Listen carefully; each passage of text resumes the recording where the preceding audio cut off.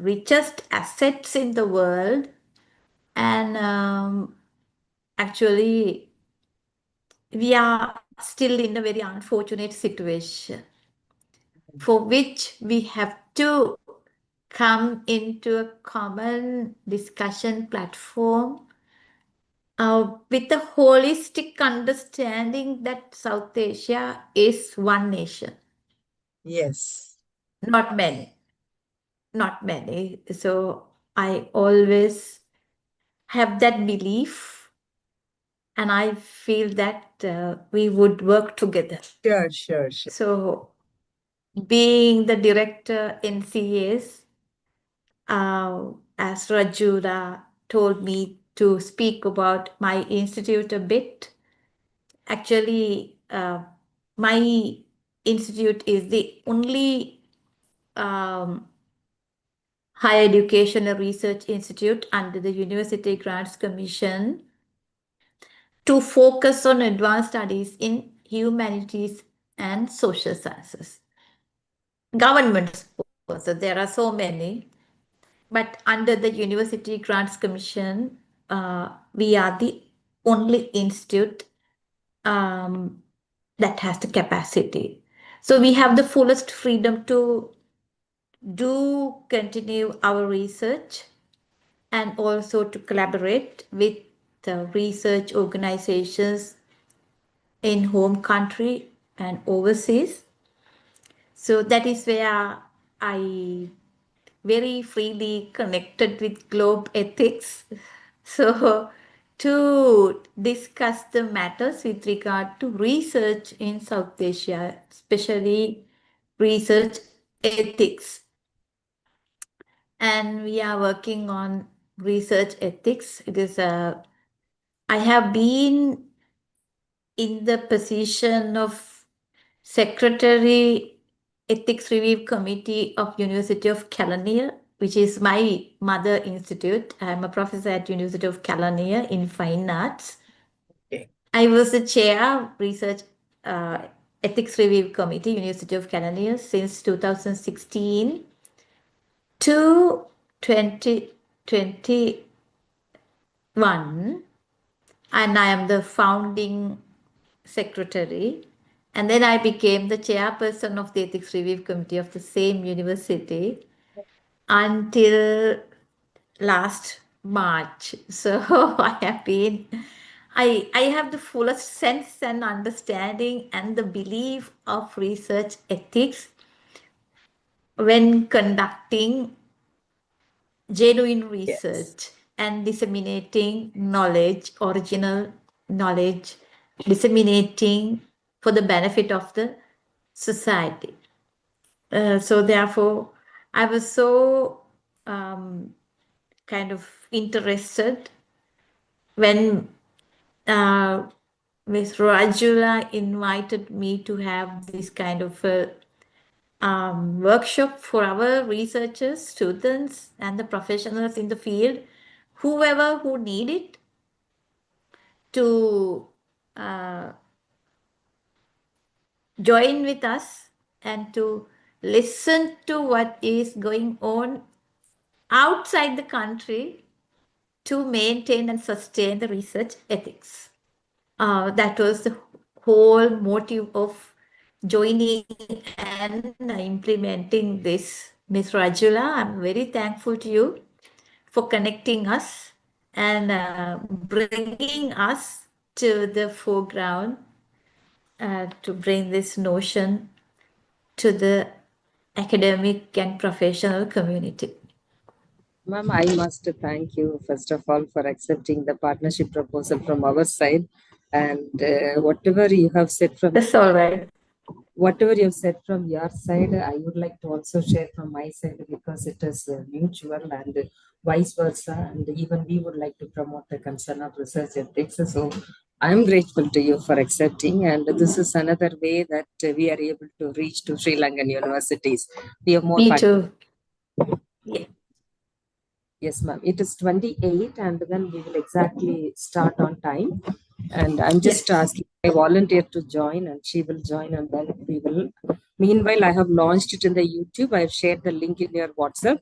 only if the Zoom is full. Right now, I can see 104 numbers. So, except three of us, 101 are already waiting. So, when I start, I think like you can see the what is that? The webinar will become Yeah, live. so once we start, they will eventually join. Yes, ma'am. Yeah. And then when we start, all Yeah. three of us will be visible to the participants. So, Welcome. video on, and then it will go to speaker mode. Ma'am, would you like to before that to take your PPT sharing? Yes, We have that's what I'm trying to do. 1 second, 2 ma'am. minutes just to share your PPT. Yes. Yeah.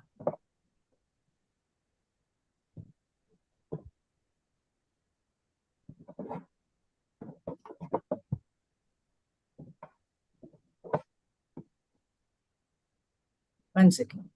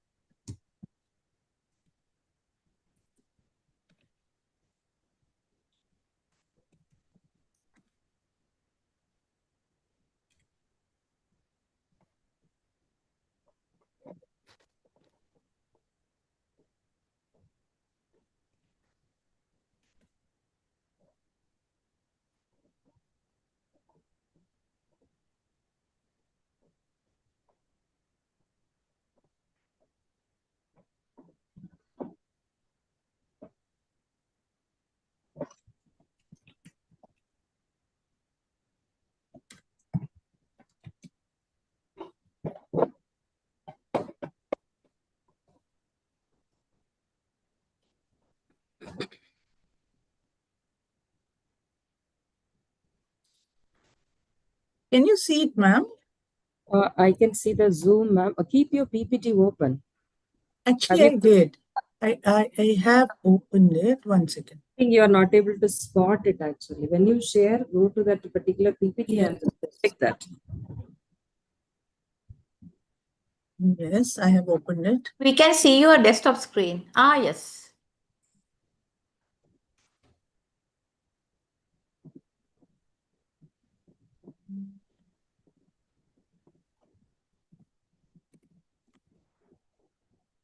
Yes. Make it full screen, ma'am. Go to that slideshow. Yeah. Slides. Start from. Yes, fine. Start from. Keep moving. Try moving your PPT. Yes, it's moving, ma'am. You can close it now. I'll just leave this slide open or stop share. No, only inside the Zoom, you just stop sharing. That's all. Okay. Okay, Prashanti ma'am, you can keep your video on. We will launch it live now. Kasi anuwak kinode. Oh, kodakina bangga. I'm going to launch the webinar. Wait, Rishona, wait. Okay. Professor Prashanti, you can keep your video on. Yeah. It's just 30 seconds you show the panel to the audience, okay? Okay. Rishona, Yes. you can launch it first 30 seconds you show all of us to the audience, then you put it in speaker mode. Okay. Okay, thank you. Ma'am, she's launching. You say one time, okay?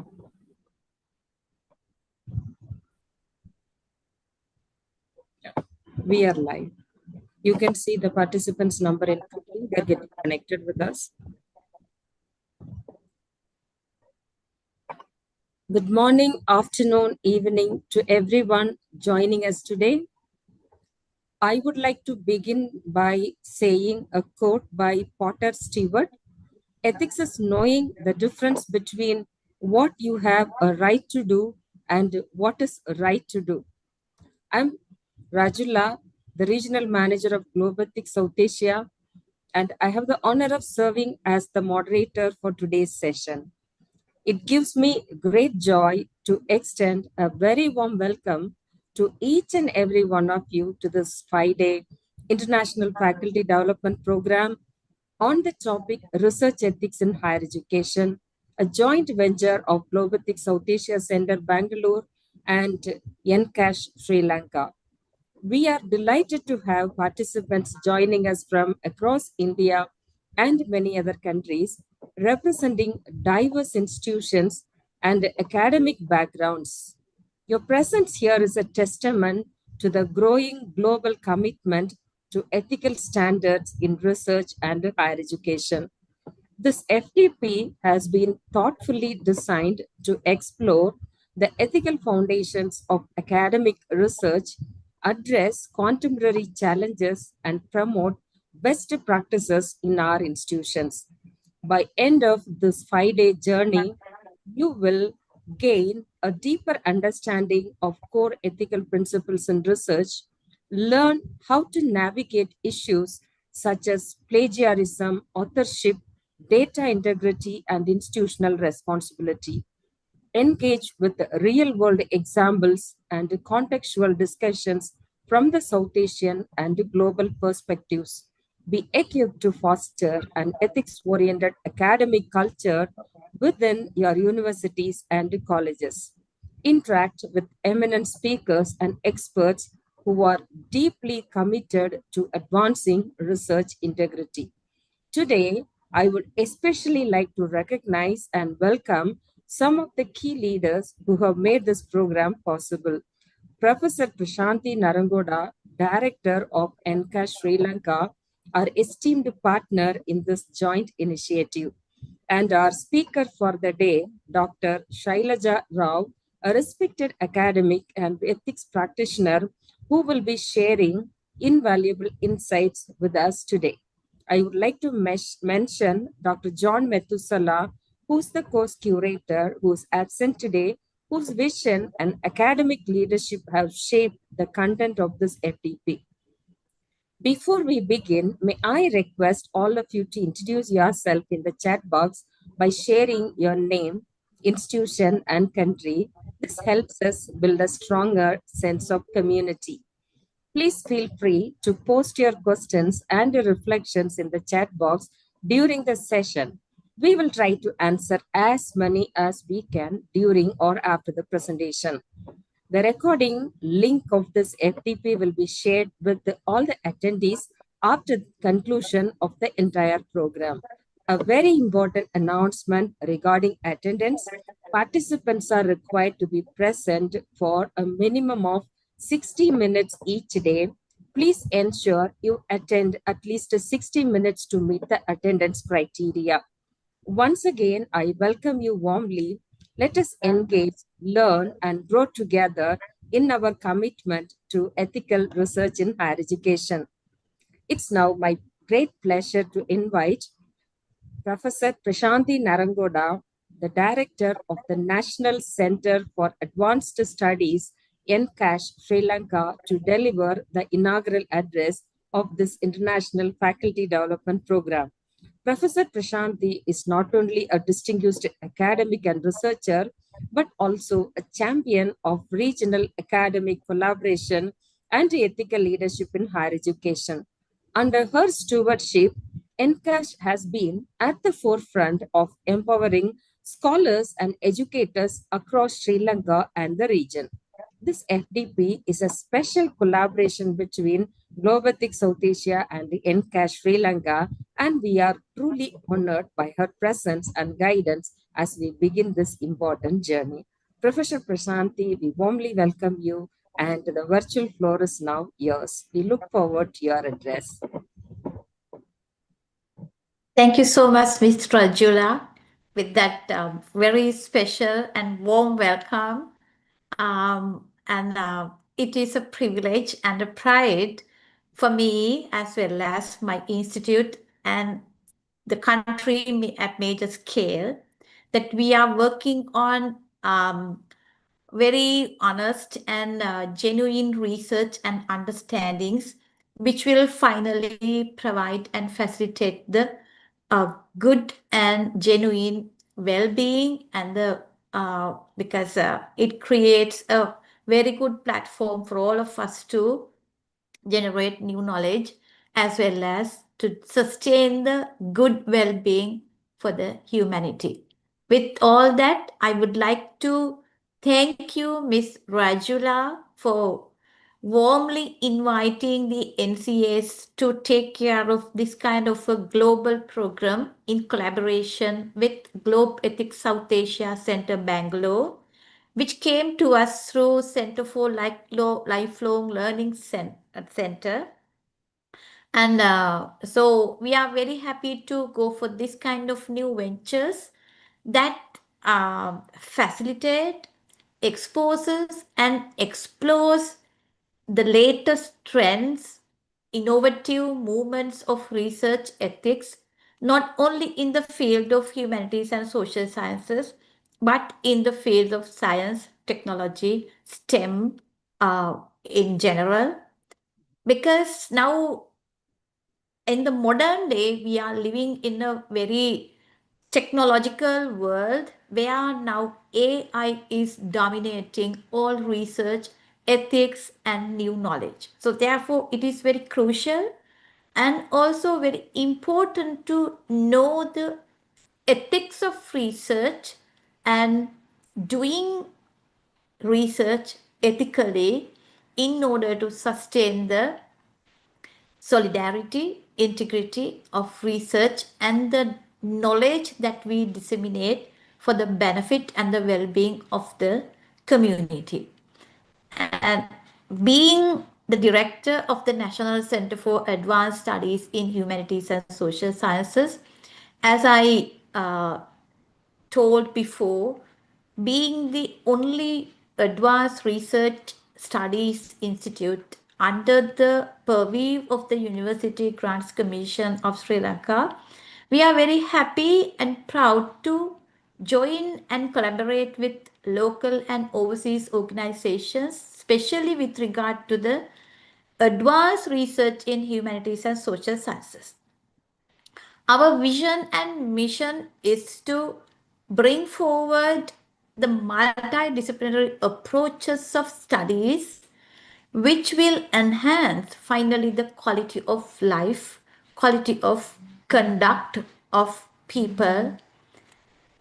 Therefore, we need some sort of collaboration, especially with regard to Asia, because Asia being the largest continent in the world and also having the richest assets, natural resources for the global universal well-being, we need to think all those things from a very deeper point of view and also bring to the surface genuinely for the well-being of our community. So therefore the academics, the professionals, industry experts, as well as the innovative researchers have the fullest responsibility to undertake and distribute most of the new knowledge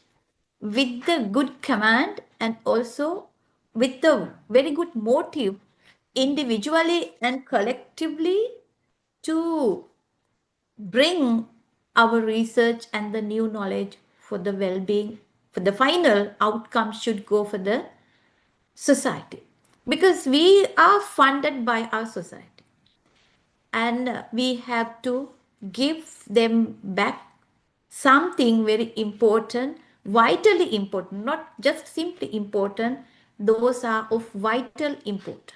And the researchers, we all are researchers at some point.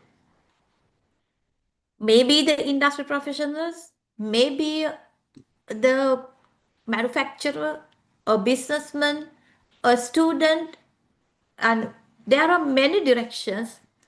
We all are in the same line with regard to the economy, polity, and the supply chain management, because we all supply for the benefit of the society.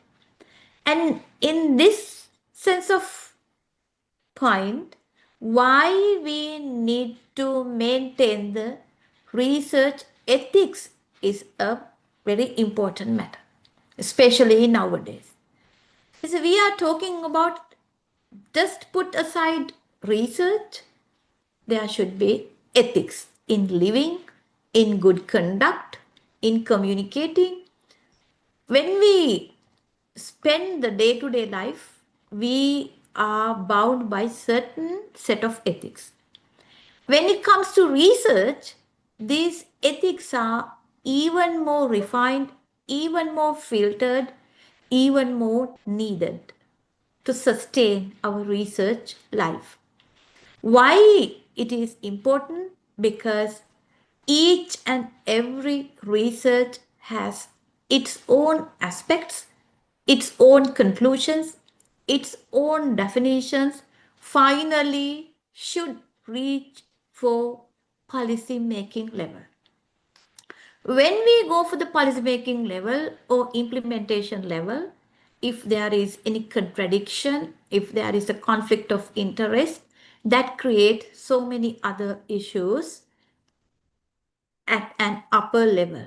In order to lessen the burden of that kind of conflicts at the upper level, we need to have good research ethics, get to have some genuine data, genuine analysis, and to implement genuine knowledge at the end of the day. So that is why we need to have good research ethics, especially with regard to higher education, because we are the people, we are the backbone who brings good research to the society. That is accepted, recognized all over the world. That is why many universities are born every day in the world, because still we need more researchers. Why we need more research? Why we need to see the research in diverse perspective is very important with regard to creating and generating quality of life. So therefore, we develop, we grow day by day with new innovations, new platforms, new products. Therefore, we need to have new research approaches as well. So with that, I'm not going to talk in detail because we have a very eminent panel of speakers to talk about the latest trends and latest movements of research, especially Dr. John Methuselah being the course coordinator, and being today's speaker, Dr. Shailaja Rao, the School of Business, Aditya University in India. And she talks about the principles of informed consent in research. It's very important because informed consent from the research participants is very important. Sometimes we publish our research findings that the participants even do not that we have used them for our research and to take data. And that the participants, research subjects are our assets. And at the same time, we are bound to secure the privacy, confidentiality, as well as their permission is needed to obtain their information. So therefore, she is talking about a very important aspect of research, the informed consent from the participants. And therefore, the voluntary participation or the informed participation, especially when there are vulnerable populations, as she mentioned, she is going to talk about those things. And that is the very sensitive part of the research, informed consent. So eventually, the people will talk about the other speakers like Dr. N. Ashokan to very briefly mention that talking about the plagiarism and academic integrity. Nowadays, it is so much obvious in the research platforms, but we do not to have that kind of aspects. And Dr. Joseph Dunstan, former Vice Chancellor, St. Joseph's University, Nagaland, speaking about the definition and the importance of research ethics and training and capacity building in research ethics. This is very important. Capacity building in research ethics is a very good point, and responsible authorship and publication practices to be discussed by Dr. Danya S. and finally Dr. Parul Singh from the NCERT, feedback mechanisms and reporting violations of research. We need to see how it works for us, especially young researchers, new researchers. Even it is good for us as well. So even I also will be taking part in this session as a student eventually. And with all that, I congratulate all the participants and I'm thankful to all the speakers, especially Miss Rajula for coordinating this event day and night and so discussing with me what good points to be added to this workshop. And the best part of it is that you will get a internationally recognized certificate of participation for participating in the workshop on research ethics for higher education. So I wish you all the good luck and may I hand over the platform to Miss Rajula. Thank you so much, Professor Prashanthi Narangoda. Your talk was really inspiring, and I do agree with you that we are lifelong learners, and as we are part of this academic teaching learning community, I think if we don't make the learning as a habit of everyday practice in our life, we will not be able to stand confidently in front of our students. That was really motivating. Thank you so much, ma'am. Very inspiring and thoughtful inaugural address. Your words so beautifully set the tone for this FDP and reminded us of the deep responsibility we hold as educators and researchers to uphold ethics in every dimension of our academic life. Your emphasis on collaboration, integrity, and regional collaboration is both timely and encouraging. We're grateful for your leadership and for the valuable partnership between ENCA Sri Lanka and Globothic South Asia. It is the spirit of shared vision that makes initiatives like this truly impactful. Thank you once again, Professor, for gracing us with your presence and wisdom. Thank you. Thank you so much. Thank you. Dear participants, we are moving to the next part of the program. It's now my pleasure to warmly welcome Dr. John Methuselah, the course curator of this International Faculty Development Program. Dr. Methuselah is a seasoned academic researcher and ethics scholar who brings with him a rich legacy of work in higher education, curriculum design, and faculty development. His deep commitment to integrating ethics into academic structures has been a guiding force in shaping the content and flow of this FDP. We are truly grateful for the time, thought, and intellectual depth he has invested in curating this program. His efforts have ensured that the sessions are not only informative, but also practical, relevant, and transformative for all of us here. Thank you, Dr. Methuselah, for your invaluable role. We look forward to hearing from you and benefiting from your wisdom throughout the course of this FDP. Thank you so much, Dr. John Methuselah. Please take over, and we are waiting to hear your thoughts as we begin this 5 days faculty development program on research ethics in higher education. Over to you for your remarks. Dr. John Methuselah, I think disconnected. We'll move to the speaker. We are extremely sorry, participants. I think the course curator got disconnected, and we are moving to the first talk of the first day. It's my privilege to introduce our speaker for today, Dr. K. Shailaja Rao, an accomplished academic and dynamic trainer with over 2 decades of experience in both education and corporate sectors. Dr. Rao holds a PhD in management from Krishna University, along with an MBA in human resource management as an MBA in English. She currently serves as assistant professor and area chair at the School of Business, Aditya University, Surampalam, and also leads as the Dean of English and Soft Skills at Aditya Educational Institutions. Her areas of expertise include emotional intelligence, business communication, and organizational behavior. She's a published author and award-winning researcher, having received the Best Paper Award at ICCCE 2024 and a sought-after motivational speaker and faculty development resource person.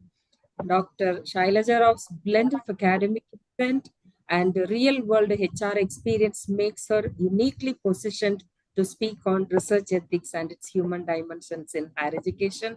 We are honored to have her with us today. Dr. Shailaja Rao, we warmly welcome you and please take over the session. Thank you so much, ma'am, for that wonderful introduction. I don't think if I deserve all the accolades that you have given to me, but thank you so much. And a good evening, good afternoon, good morning to all the participants, to the dignitaries who are present here today. I see that we have people from all over India and abroad. I have seen people joining from Iraq and, of course, Sri Lanka and India. It's great to see such a platform where people from all over the South Asia have joined, and most of them I see are in one way or the other connected to research, because I see that most of them are pursuing research, are research scholars. Some have already completed a lot of doctorates there. So I'm sure maybe I can give a few things that which takeaways from this to everyone. And of course, surely for the people who are pursuing research, surely.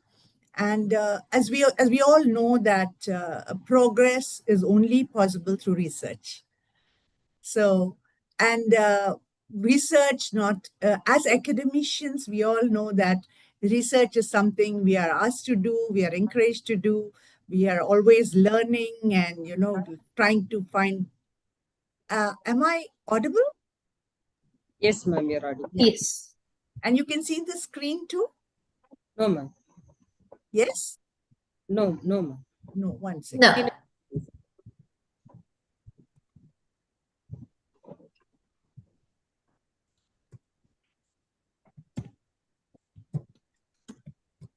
One second, ma'am.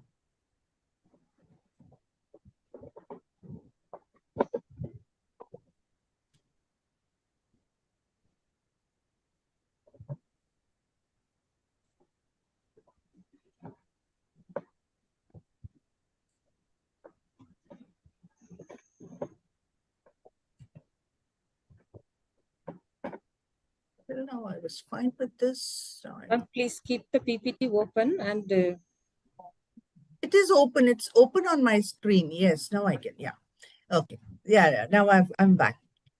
So yeah, I've kept it open. I'll just get going with that. So yeah. So where was I? As I said, we're all learning and we're all researching. That's the way to move forward. As academicians, we all need to do that.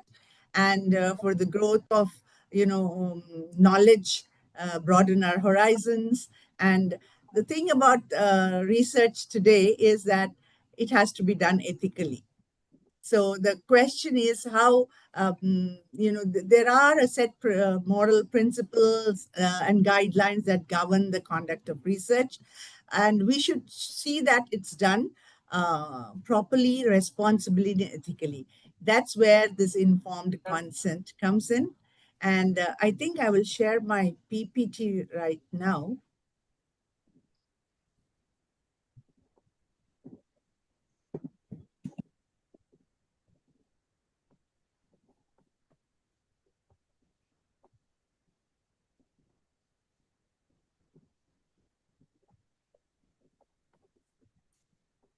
Yes, it is visible, ma'am. Please make it full screen. Yeah, it's fine.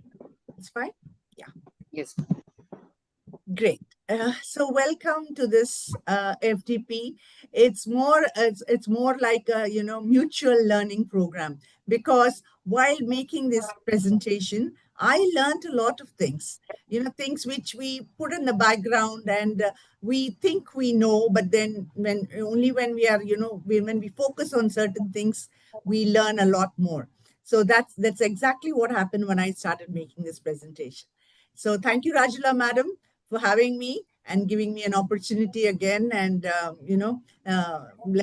making me talk about research and informed consent.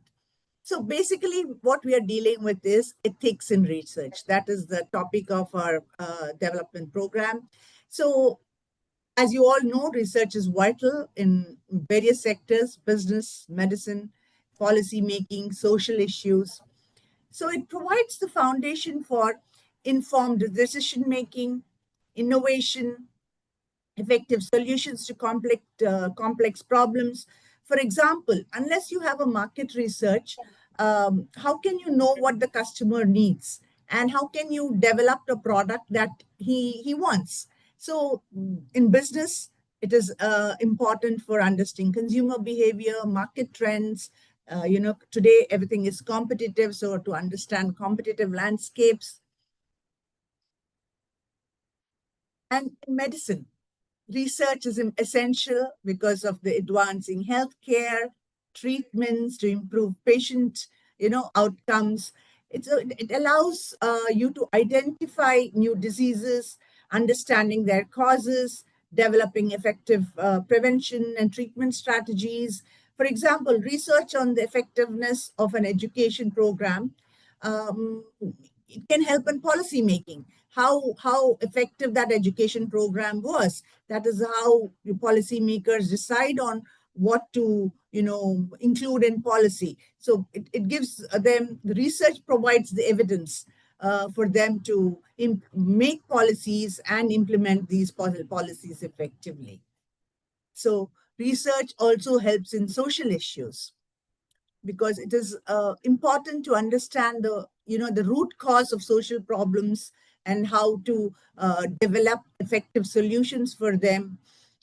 So what happens is research can help identify inequalities. So understand the project, understand the social implications. For example, if you want to eradicate poverty or reduce poverty, improve the livelihood of the common man, you need to understand where the problem lies. After research only you can find a solution for that. So in essence, research provides us with the knowledge, evidence needed to make informed decisions. And research helps you to make innovative solutions to bring about a positive change in society. So that's why we all need research. But for research, what is very important, the first part is we need subjects, right?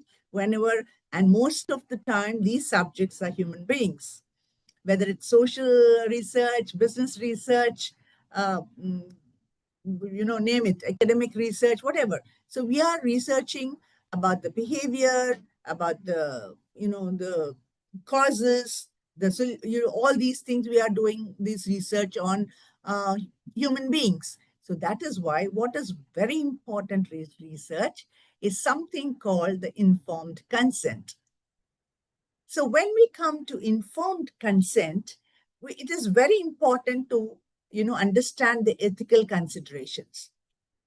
So informed consent is the consent of the subject that you are going to research. It's very important. There are so many consequences you face if you do not take this informed consent. Most of the time, when we as academicians are doing research, we send out a questionnaire, or we send out a mail saying, I'm doing this research, please take part in it and fill this form. So we are all educated, literate people. So when we are doing it, we send this out and then we get responses. Maybe not all of them, a few of them consent to being part of that research, and they'll answer and we get back those responses. And based on that, we proceed with our research. But sometimes we have subjects uh, who may not be so literate, who may not be so easy to reach and get their consent. So we will be talking about how consent, what are the procedures for this informed consent, how to get this informed consent, and what happens when we do not have informed consent, what are the ways sometimes where this informed consent can be waived. So these are all the areas that we'll be talking about. So informed consent is a way to protect the participants. Not everybody wants to be a part of research if they know that they will be their identity will be disclosed, or whatever they say is going out to be open to everyone. People may not be very happy with that. So you need confidentiality and privacy when you ask for informed consent. And then continuous monitoring and evaluation. We'll be talking about this also in this presentation. I'll be talking about that. So these are the ethical considerations we should have. So informed consent is where individuals, they make informed decisions about their participation in research. That means they know what they are getting into. They should have the complete information about the research that is going to happen, where it is, when it is going to happen, where it is going to happen, whether it will be published, by whom, who will be the audience, and how it is going to affect their lives if it comes out in the public. All these things, they should have that complete information before they agree to be part of a research project. So, and whether the participation is what they want to do, whether it's compatible with their interest, whether the risks of participating in this research are acceptable to them, whether what is the big good that is going to come out of this research. So it is an important mechanism to render research ethically, because human beings are no longer just a means to an end. They are individuals who should be considered, and they should give their consent before they are part of any research program. So what is informed consent? All of us, or some of us, may have the doubt, what is informed consent?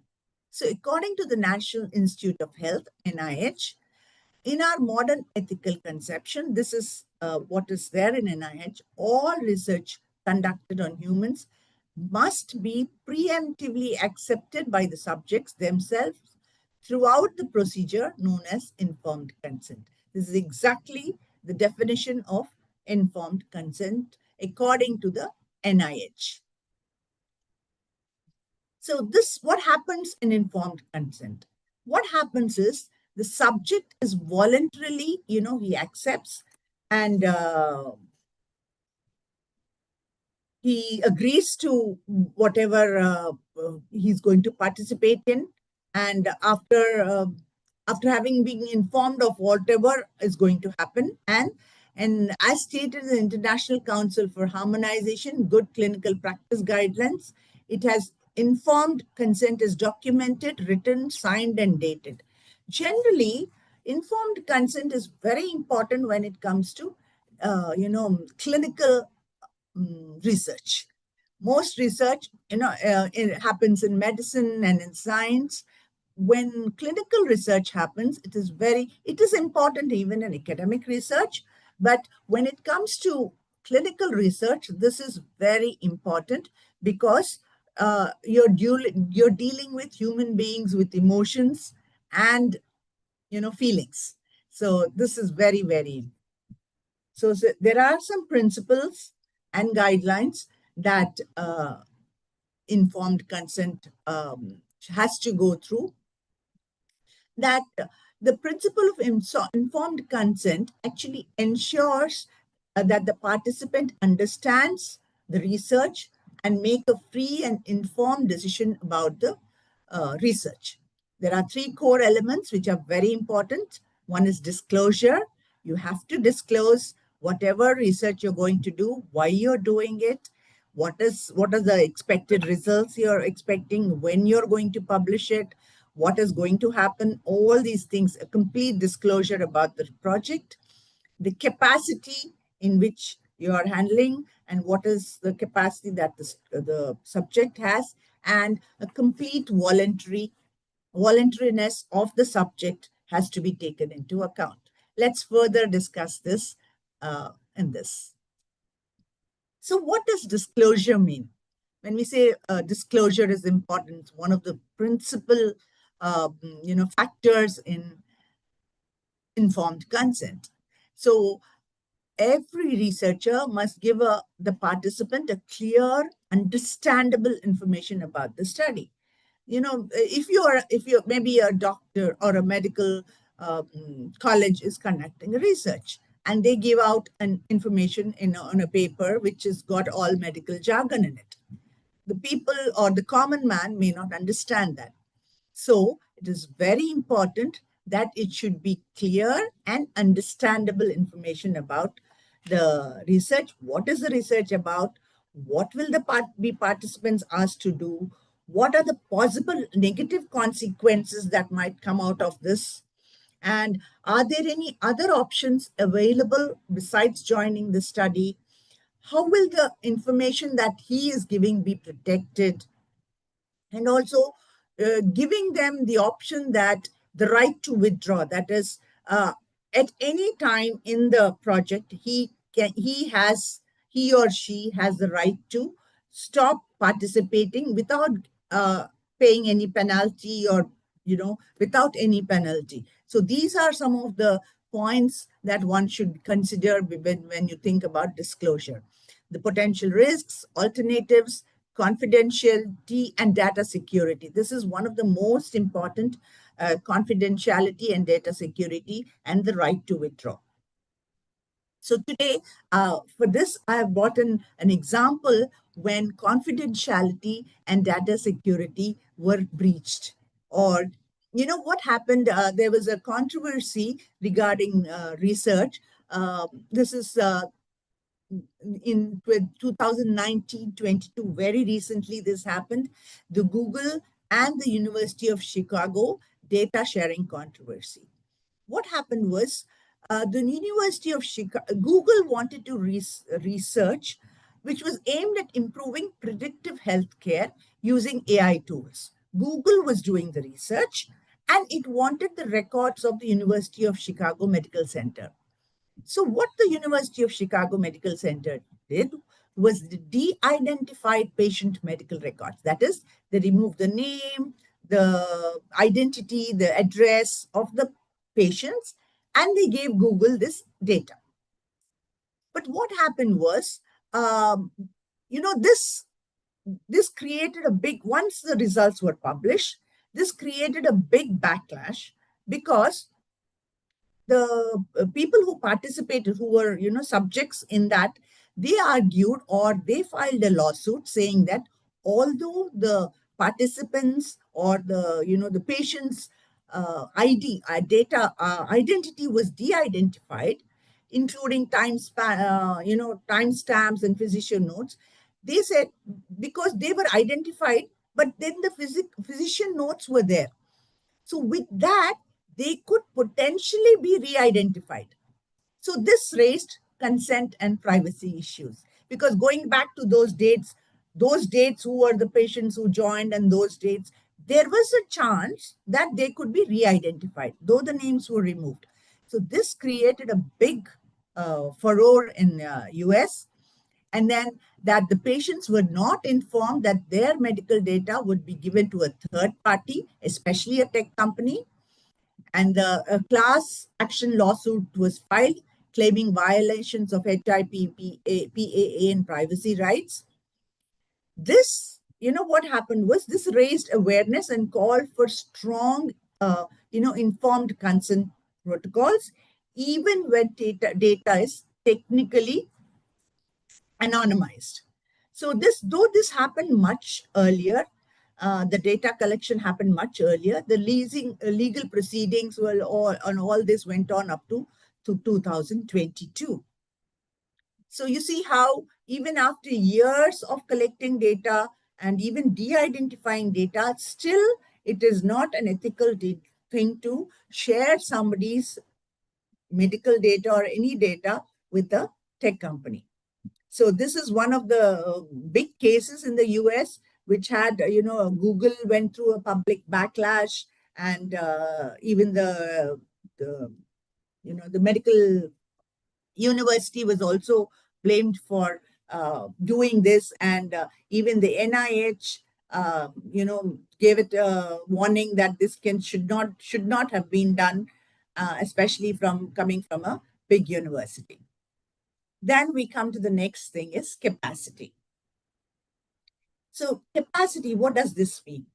Capacity means that the subjects, they are able to grasp the information about the study, they are competent enough, they comprehend, that is, they understand how how this study relates to their own situation, and reasoning, that is, they're able to weigh the pros and cons of their involvement in the study. They're able to weigh the benefits and risks involved in the study. So when we say the participant should have a mental capacity to make a reasoned judgment. So this is sometimes made by a legal authority. If they are children, then legal authority person does this, which we'll be looking at in the next few slides. So this is also an important thing, especially when dealing with special vulnerable sections of the society, like children, older people, illiterate people, or when we are dealing with some marginalized sections of the society. Then the third point where we come to is voluntariness. So the participation must be entirely voluntary. That is, every participant should not be coerced or manipulated or undue influence used. No pressure. You should respect their autonomy. They have the right to say no, and recognize that they can make their own decisions, and also give them time for consideration. Don't pressure them about time. So give participants ample time to consider their decisions and offer withdrawal options. That is, emphasize that they have a right to withdraw either now or in the middle of the program or any time during the program. If they're uncomfortable, they should be given the option of withdrawal. This is an important thing that everybody should remember. So let us also understand that the essence of informed consent. So the essence is that it is not a process. It is not just a formality. It is a process. It has been defined by the International Conference of Harmonization, ICH, and Good Clinical Practice as a sub-process by which the voluntary conforms willingly to participate in any clinical research. So the study's purpose, procedures, potential risks, and benefits, they're all relevant to the subject's decision to participate. So based on all these, the subject decides whether to participate or not. So as I told you, this is very important when it comes to clinical studies, anything to do with science, even in social sciences, this is important. You have to take the consent only in places, sometimes, political, when they have these political, what do I say, research goes on where they do exit polls and all that. At that time, sometimes they are not told. But then if you tell, there are chances, where in some instances where this can be waived. I'll be going through that also. So the process of this is, the first is contact with this study. You make contact with the person, the subject, whomever you're going to study. The second thing is you have to give him or her complete information, whether it's through videos, paper, applications, or any other way. And then you have a discussion. The third stage is where you have a discussion and you allow them to make their decision. And then you do your study, intervention, and follow up. The fourth stage, where you do your study after getting the complete consent, informed consent, and then follow up. This is not a one-time thing.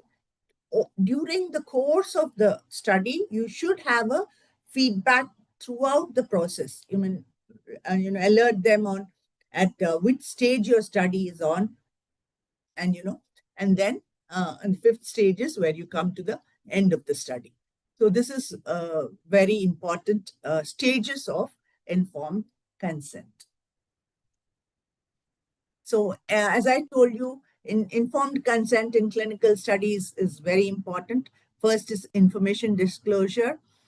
Participants should be given a clear understanding and complete information that it's an ethical and legal requirement for any research involving human subjects. So if it's not capable of giving voluntary informed consent, then a legally authorized representative, that is an LAR, must be obtained. So if the person is a child or he is too sick to give consent, then a legally authorized person should give consent for any clinical study or any study that involves human beings and which is going where the research outcome is going to affect them in more ways than one. So voluntary participation is important. They are free to choose whether or not to participate, decline without pressure. So what happened was we come to another important, example about not taking voluntary or, consent from the participants. So in the United, this was a long way back. It is in the Willowbrook State School experiments. They were conducted between the 1950s and 70s, when probably the research regulations and the informed consent rules were not as, in use as they are now. Now it has become very strict. So in the 50s and the 60s, when the school was doing an experiment on mentally retarded, they were injected with strains of the hepatitis virus so that the researchers study the progression of the disease. And the parents or whoever the legal guardians were, they gave consent for this research, but it is very, we are not sure whether they themselves fully understood the study procedures or the purpose for which it was being done. So this is another example where without informed consent, research was done, and it was later criticized that it was not done in the right way. And competence. So competence, that is, the individuals should have the capacity and able to understand the information that is provided to them and make a rational decision. This is very important. Competence of the individual who is doing the study is also very important. So, and as I said, it is not a one-time thing. Consent is an ongoing process. That is, participants have the right to withdraw at any time without a penalty. This is something the researchers should remember. So what are the procedures for obtaining informed consent from participants? So what are the procedures it involves certain procedures like clear, concise information, that is transparency, and being able to give complete information about the research, answering their questions, documenting their agreement to participate, the study's procedures, potential risks and benefits, and their right to withdraw. So there should be accessibility, written materials, verbal explanation, and if they are not themselves able to give the consent, there should be a legally authorized representative. And then transparency. And I'm sure we all do remember when it comes to transparency, I would like to remind you all that during COVID-19, the pandemic, governments and private firms developed contact tracing apps and collected user data to monitor virus spreads. I don't know how many of you remember that users were often coerced into downloading apps. Remember the Arogya Setu app that when we had COVID, we had to download in case you were traveling. I personally experienced this. If we were traveling somewhere, I had to fly sometime towards the end of COVID, and we were asked to, download the Arogya Setu app in order to be able to get into the airport. So we had to show the app. Unless we had that, we were not allowed inside. So these were things, and we were not told how they were going to use that data that they was collected from us. So even educated people like us, we also had to, sometimes uh, do be part of research without giving a proper consent. So this happened even in UK, the initial NHS app version where data was collected without consent and transparency, how it was going to be used, stored, and shared. Probably this will not be used by our government. But then, we have given a lot of data without knowing how it is going to be used. So this happens at certain times. So this is also something which researchers should not be doing.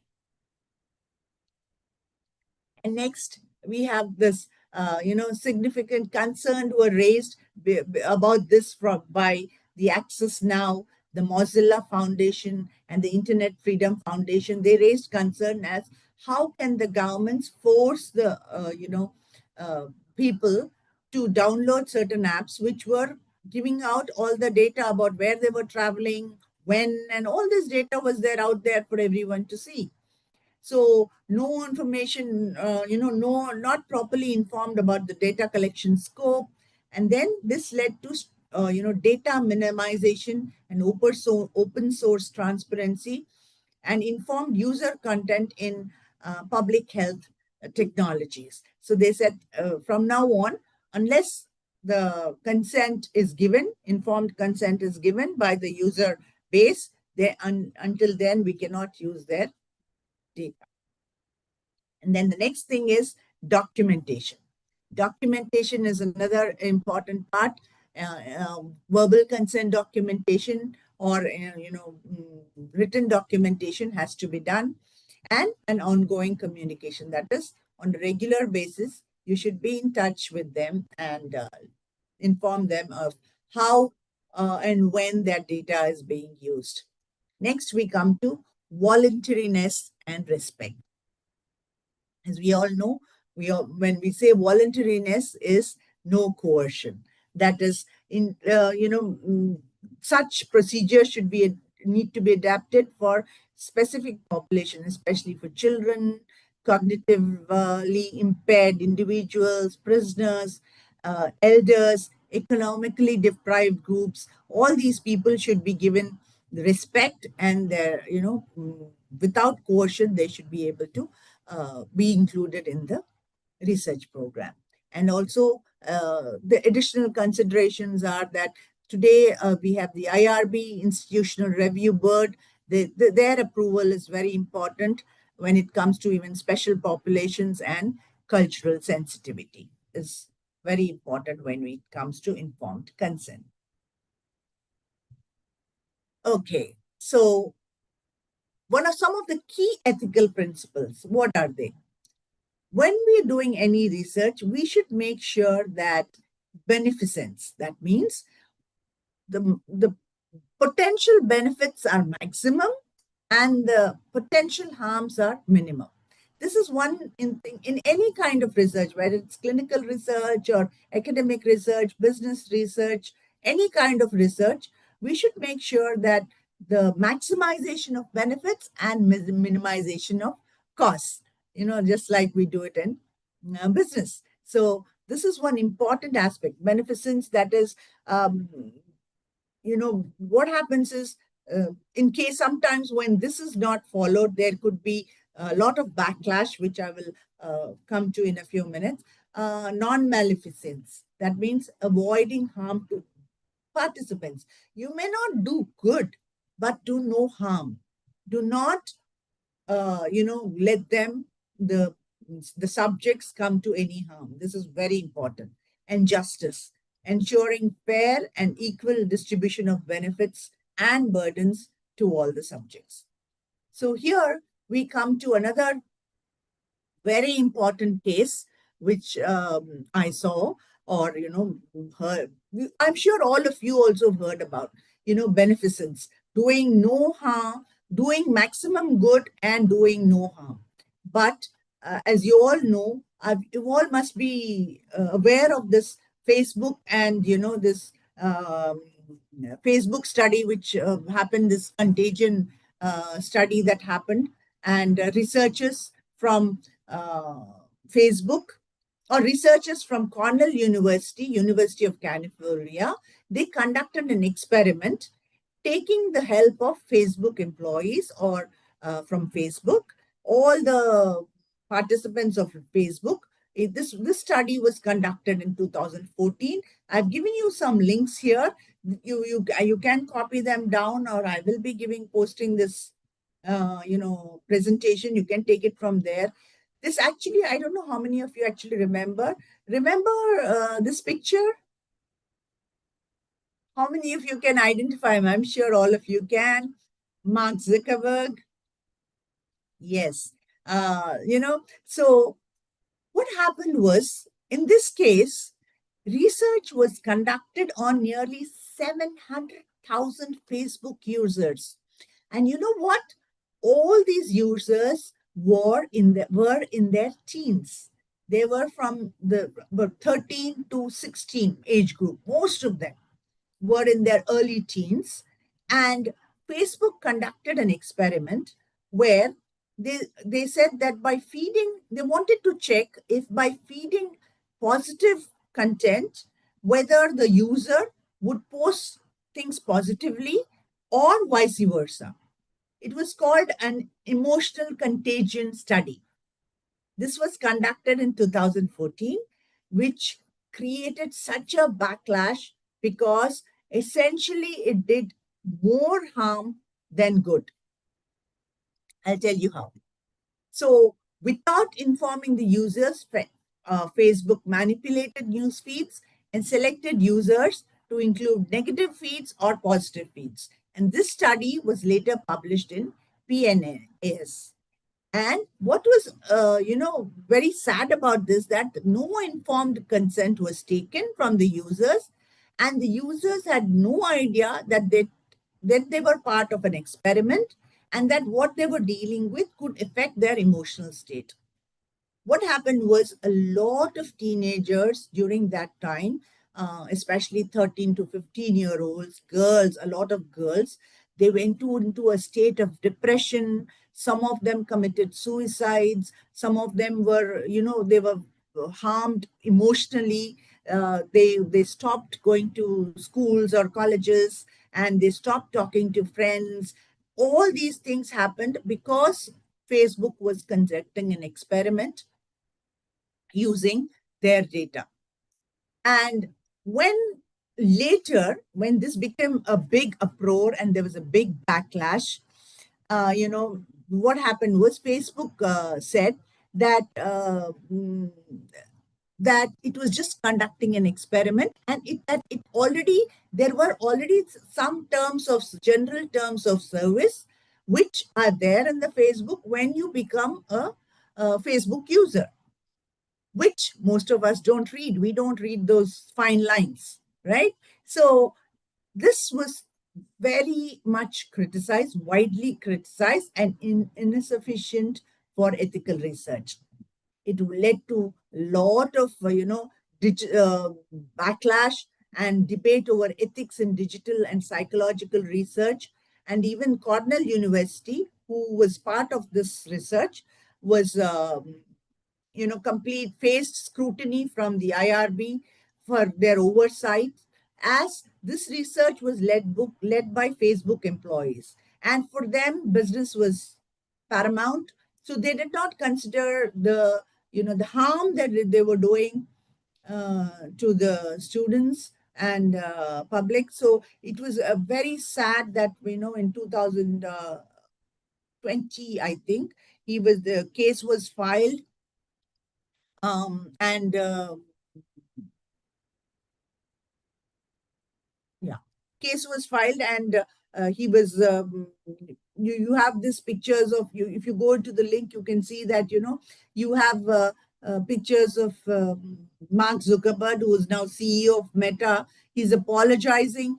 He was grilled for investigated for 4 hours continuously by very harsh questioning, and then he was made to apologize. And exactly, I think I have it somewhere here, what he said in his apology was very sad, because a lot of families had uh, gone through a lot.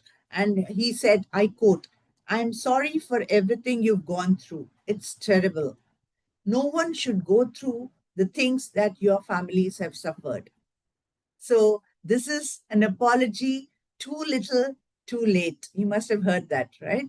So, things can go seriously wrong if you do not take, you know, informed consent. So this was a case which was widely discussed in news and in political circles. And later, whenever technology or technical information data was being used, the scrutiny for that had become very strict, which it should. So the key lessons that came out of this case was that informed consent must be explicit, not through some vague terms of service like Facebook did. And whenever ethical standard must be addressed, whenever big data or AI-driven research, especially on social media platforms, happens. And research institutions like Cornell University and the others, they should take on more responsibility and scrutiny when collaborating with tech companies, because tech companies are after all there to do business. But as educational institutions, these universities should take accountability and greater responsibility when research is being done on their these participants, these subjects. So informed consent is very, very essential. There was a huge backlash. People stopped using Facebook for some time, but of course now they are back on it. But at least the image of the company was really shattered because of all this. So, the waiver of informed consent, as I said earlier, sometimes maybe a waiver is also possible, because all the time it is not possible to take consent from every subject. So sometimes, what are the cases in which waivers are possible according to the Institutional Review Board? First is when the research involves minimal risk. Suppose you're doing a research on job satisfaction of employees at a company, or, for example, a pedestrian behavior at a crossing. When you're doing this research, the research may not directly affect the subject. In this case, the employee or the pedestrian who's crossing. So when we are doing research on such things, maybe you can waive the informed consent, because it is not directly impacting that employee or that pedestrian, when you're doing the study. So this will not adversely affect the rights and welfare of the people. There is no adverse effects on rights and welfare. You're not compromising on the safety of the participants or their well-being or their rights. So this is where you can waive the informed consent.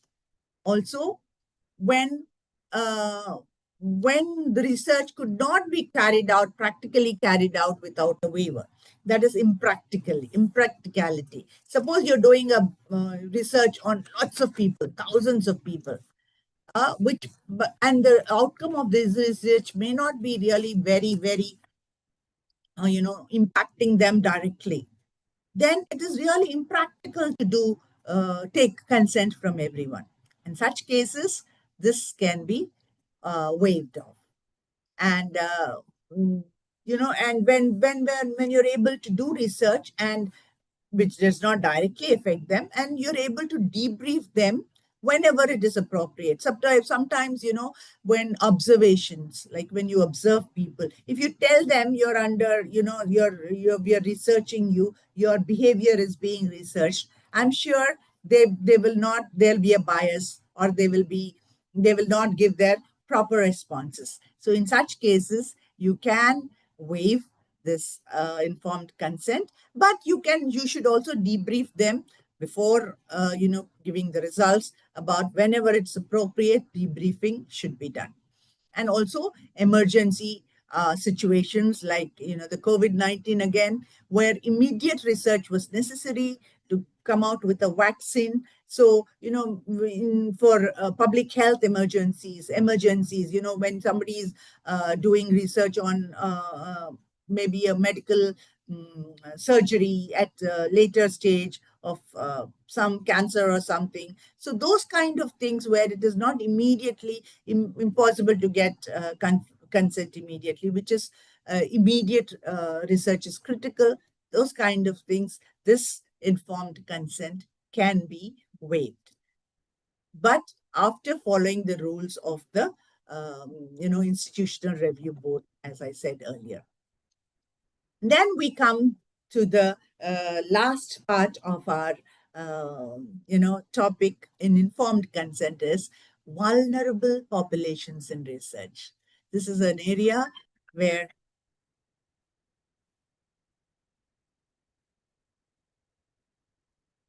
sir, I'm in FDP, I'll call you back. So they require special considerations because, their rights have to be protected. Here we are talking about children, vulnerable. When we talk about this vulnerable, it could be, like I said, the elderly, the prisoners, the people who have no cognitive abilities, all these kinds of population, they come under the vulnerable population research, and research has to be done, but considering their rights and their well-being. So we should get informed consent if it's children from the legal, authorized person, sometimes their parents. But again, this is also sometimes a little difficult to get. So you should minimize the risk and provide an appropriate oversight. That is how vulnerable populations, the participation, you should ensure that their participation is truly voluntary, and they have a clear understanding of why that research is happening. Sometimes illiterate, the people in a village, you people are doing research on that and they cannot understand the language. So then the concerned person, the head of the village, should be the authorized person to give consent for this research. So the key consideration is that informed consent, that is for informed consent, that he should tailor the consent according to the population, using clear language, appropriate formats, and ensuring comprehension, that they should understand in the language that the subject understands, or whoever is, signing that form or agreeing to that research, he should completely understand why this research is being conducted and how it is going to help them or help their kind of people. And if they are not themselves able to give it, a legally authorized representative needs to provide that consent on their behalf.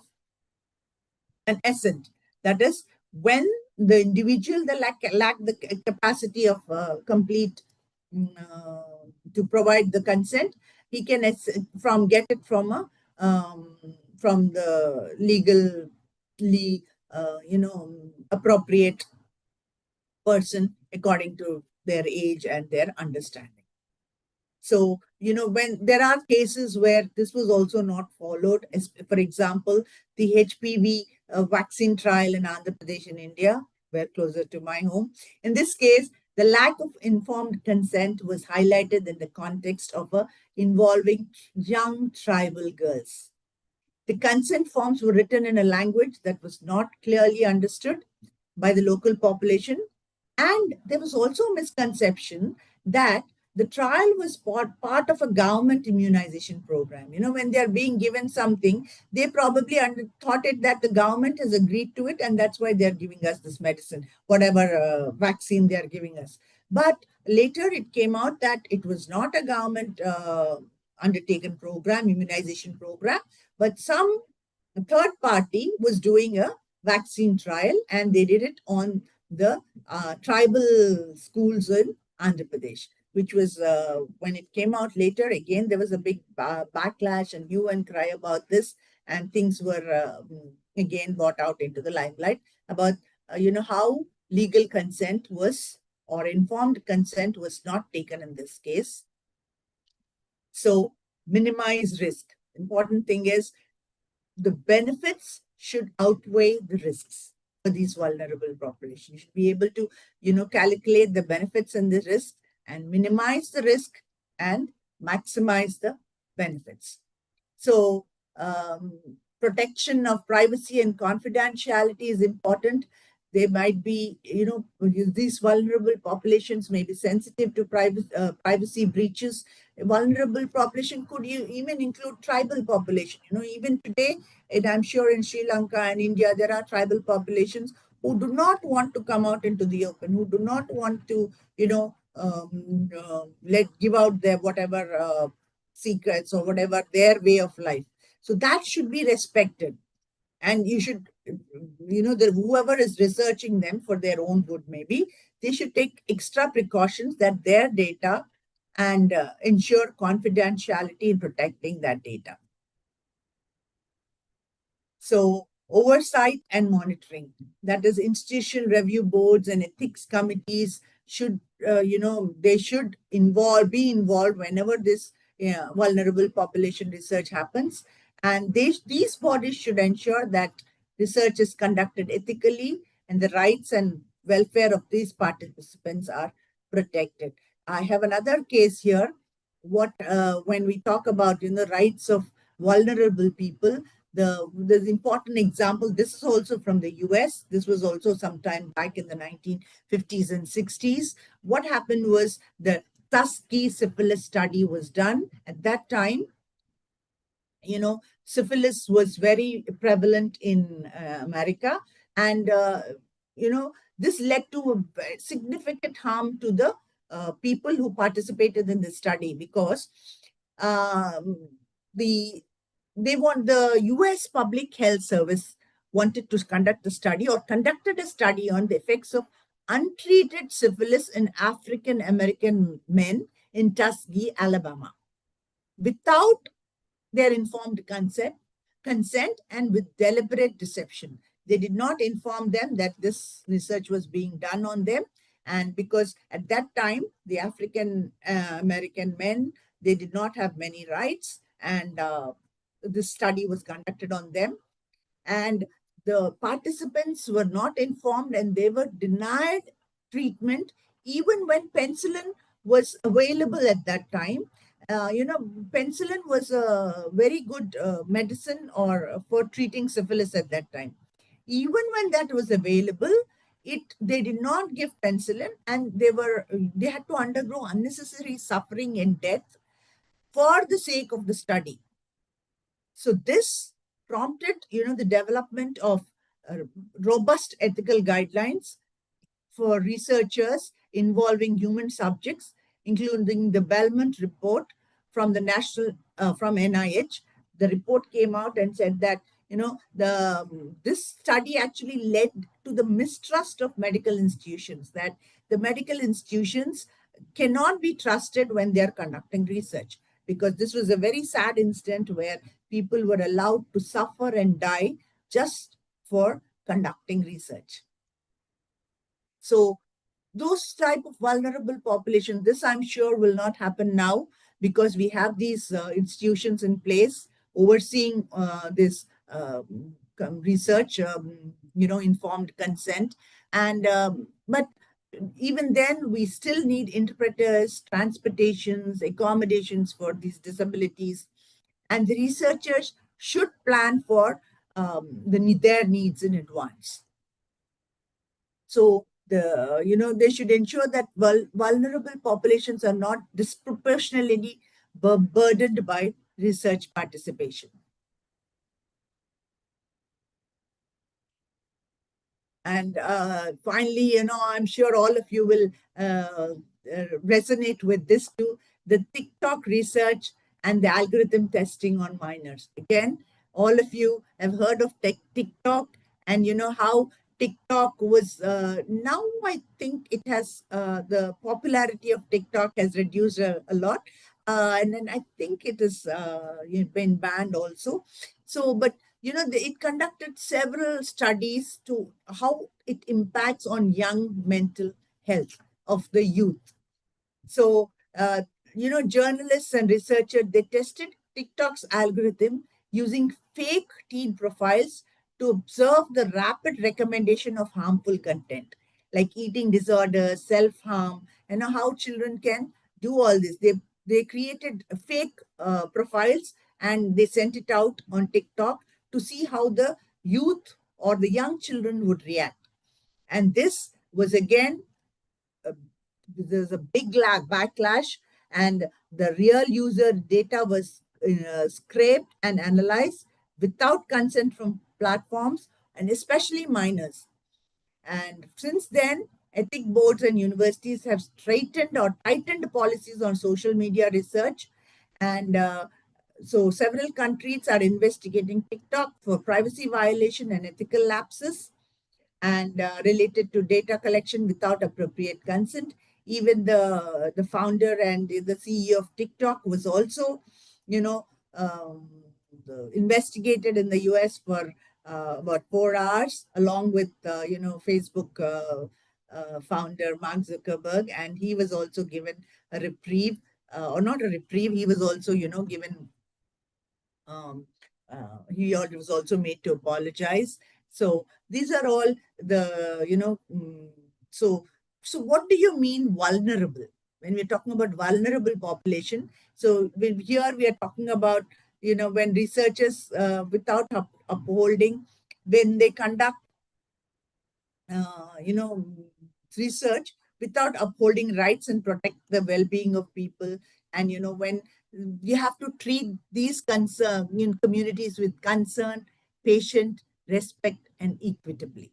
This is what we mean. So the need of the day is that, we all have to do research for, greater good, for advancing science, for advancing business, for advancing with every area that you're working on, but that it should be done without any inducement, enticements, insensitivity, or prejudice. So it should be done of free will, and informed consent is a must. We all have to walk down this constant dynamic path of research, but walk it we must. So I'm sure you'll all agree with me. We have to do research, but we have to do it ethically. We have to do it ethically with informed consent. Okay, thank you. Any questions? I'm open to questions if you have.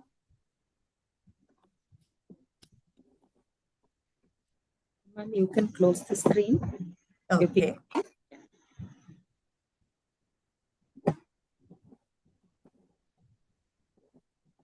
Thank you so much, ma'am. A lot of information, and you used throughout your presentation a lot of that real happening with the medical field.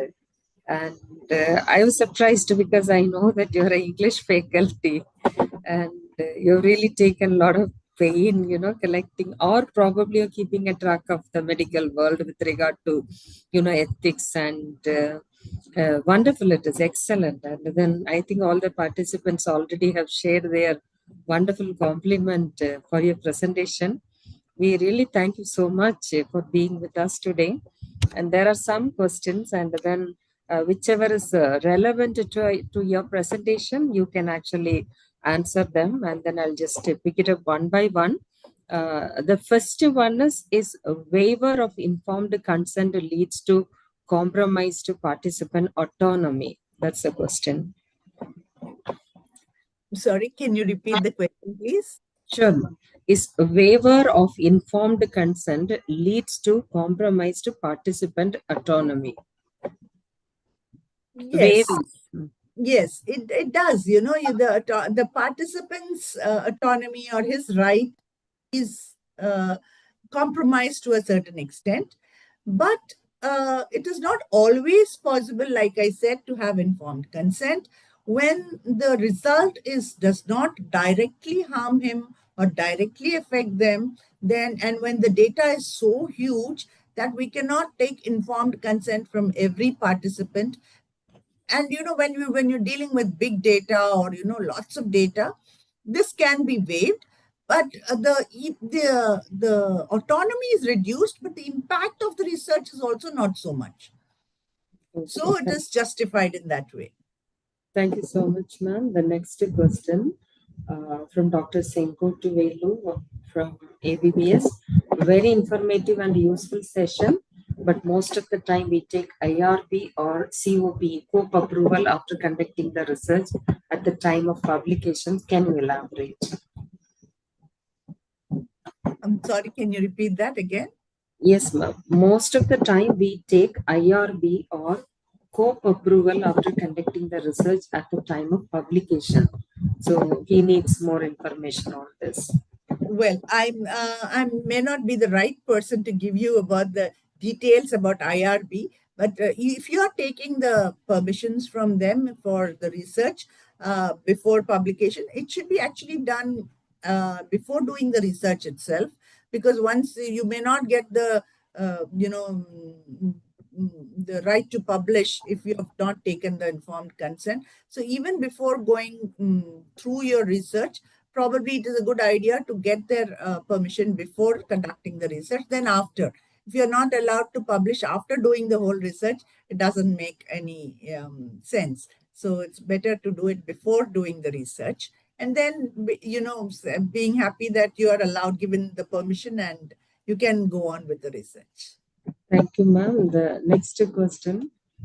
Obtaining written consent would not be possible and open for unnecessary suspicion in South Asian context. But non-written form of consent is possible. Your comments on this is highly valuable. Yeah, so non-written consent is also possible. You can take, verbal consent. Sometimes, if it is very important, and if the result or the result of that research is going to affect them personally, or affect them to a large extent, you can record a verbal consent.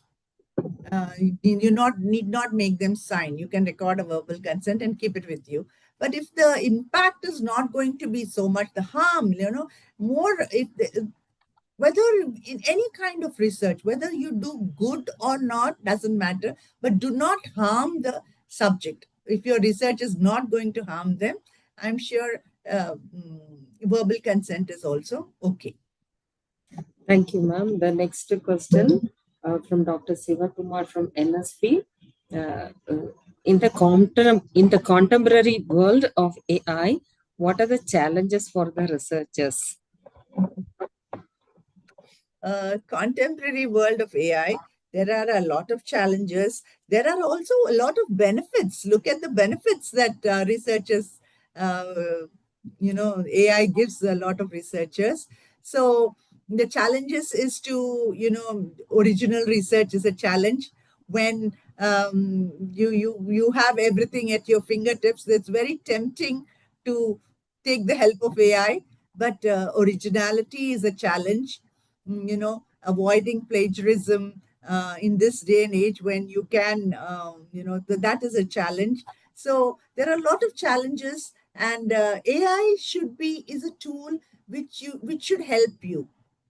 It should not, it should not become the overall, uh, you know, for doing the research. That it should not command your research. It should help you do your research. Take information from AI, but do not use it just like that.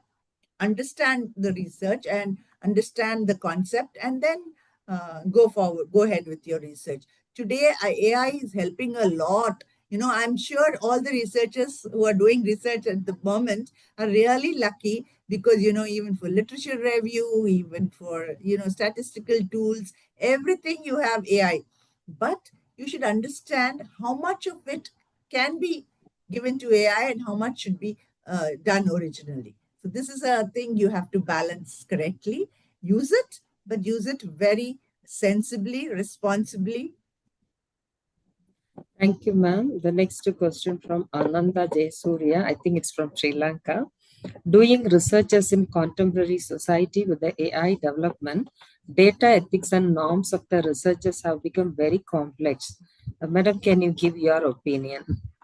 Yes, because we tend to now take data from AI. But again, whenever you take anything from AI, there's a line in the end which says that, do not, we are not completely responsible for the results here or for this data given. So even that comes with a rider. So we should understand that, whether it is AI or whether whatever tool you're using, there is always a chance that that data may or may not be exactly right. So we should use that data again, as I said before, we should use it very carefully, responsibility. You can, get the gist, like can understand from numbers, you can understand. But when you do your research, you should do it originally. Okay, thank you, ma'am. And there is very valuable knowledge is shared. Thanks, Dr. Shailaja Rao. I have this question. Although you said there is no need to get informed consent in cases where risk to the participants are minimal, I think it is better to obtain informed consent for the protection of the researcher as well. What do you think of this idea? Yes, whenever there is a possibility of getting consent, why not? I mean, if it's possible to get consent, it's better to take consent. Like we all do it whenever we are doing research. I mean, when we send out a questionnaire and all, we send out a disclaimer that this is going to be used only for research and this data is not going to be shared anywhere else. So that kind of a consent we take and we give out a disclaimer, and then they said, so this sort of a thing, if it is possible, surely it should be used. There's no harm in having a consent, even when it's not necessary. But it's always for a researcher. You should be subjective, objective, and have informed consent and ethical. Most important thing is being ethical. Okay, thank you, ma'am. Next one, can I know whether the research done on TikTok, whether that study value our research? Uh, are you planning to do a study again on whatever happened on that? You're trying to make a case out of it? Probably, the outcome of that research would be available, but whether your study is going to add value to whatever has already happened, that is a question you have to, think about it. Whether already this has been done and it's out in the open now. What new value are you going to bring to that? What is your value addition after doing research? This has to be considered before you do more research on that. Okay, next is about should there be global standards for AI ethics or should they be culturally, contextually defined? This is a question, maybe not for me, but I think slowly, whenever, like you said, now, when Facebook came up many rules and regulation today, TikTok or AI, Facebook or all these tech companies, they have so many ethical considerations to live up to. They have these regulations in place. Probably in the future, there will be a lot of regulations coming up in AI also, how to use them, how far to use them. And so this is an ongoing process. Whenever a problem arises, they will find a solution to it. So I'm sure in the future, AI, now it seems like a boon. It may not be the boon that we are all thinking it is. There could be problems, and these problems would be addressed as they come along, I suppose. So AI is also, there should be regulations, and again, there should be culture specific also. Okay, thank you, ma'am. And I think two more questions and then we will finish. Does a survey done to collect opinions from concerned parties require ERC approval and informed consent? This is done prior to implementing a new course. To implementing, yes, ma'am. Does a survey done to collect opinions from concerned parties require ERC approval and informed consent? This is done prior to implementing a new course. New course. Yeah. Okay. In prior consent, this mostly happens or is essential, very essential when it comes to, clinical research. But when it comes to academics and business research and all that, unless there is a lot of impact or harm, or when there is going to be a big outcome which is going to affect a lot of people, until then the ERC research committee should know it. Executive research committee should be aware of what research you're doing. But if you get informed consent from the participants, that should be fine, I think, unless it's something that's going to bring about a large impact on those subjects. Thank you, ma'am. And one more. If the consent is not taken at the beginning of conducting research and later it was realized with the publication by the participant that his or her opinion has been cited with the personal information, what kind of measures are possible to take? Can you explain this kind of scenario, ma'am? Thank you very much for very informative session. Well, I think you have to ask this question to a lawyer.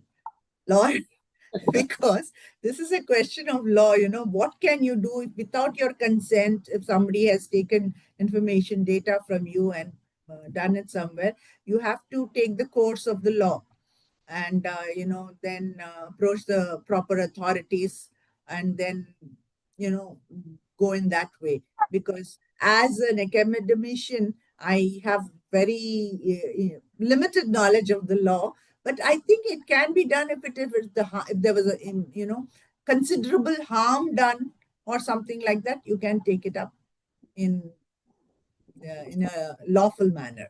Okay, ma'am. I think this is the last question. Does a survey? I think this we have answered already. Yes. Okay. I think there are questions in the chat box, but it's already 7:05, and we need to close. And it's time to thank the speaker. And thank you so much, Dr. Shailaja Rao, for your insightful and thought-provoking session on informed consent and research. Your clear explanation of the principles of informed consent, the ethical and procedural aspects of obtaining consent from participants, and the critical considerations when working with the vulnerable populations have provided all of us with a deeper understanding of how ethical research must be practiced with responsibility and respect for human dignity. You not only clarified the technicalities but also brought sensitivity and practical relevance to this vital subject. Examples and experience have added great value to our learning today. On behalf of Globotic South Asia and NCAS Sri Lanka and all the participants here, we extend our heartfelt gratitude to you for sharing your time, knowledge, and expertise with us. We look forward to engaging with you again in future academic forums. Thank you, ma'am. Thank you so much. Thank you so much. Thank you, ma'am. Dear participants, we have now come to the end of day one of our International Faculty Development Program on Research Ethics in Higher Education, jointly organized by Globotic South Asia and the NCAS Sri Lanka. It has been a truly enriching beginning to our 5-day journey, and I take this moment to sincerely thank all our dignitaries and speakers who graced us today.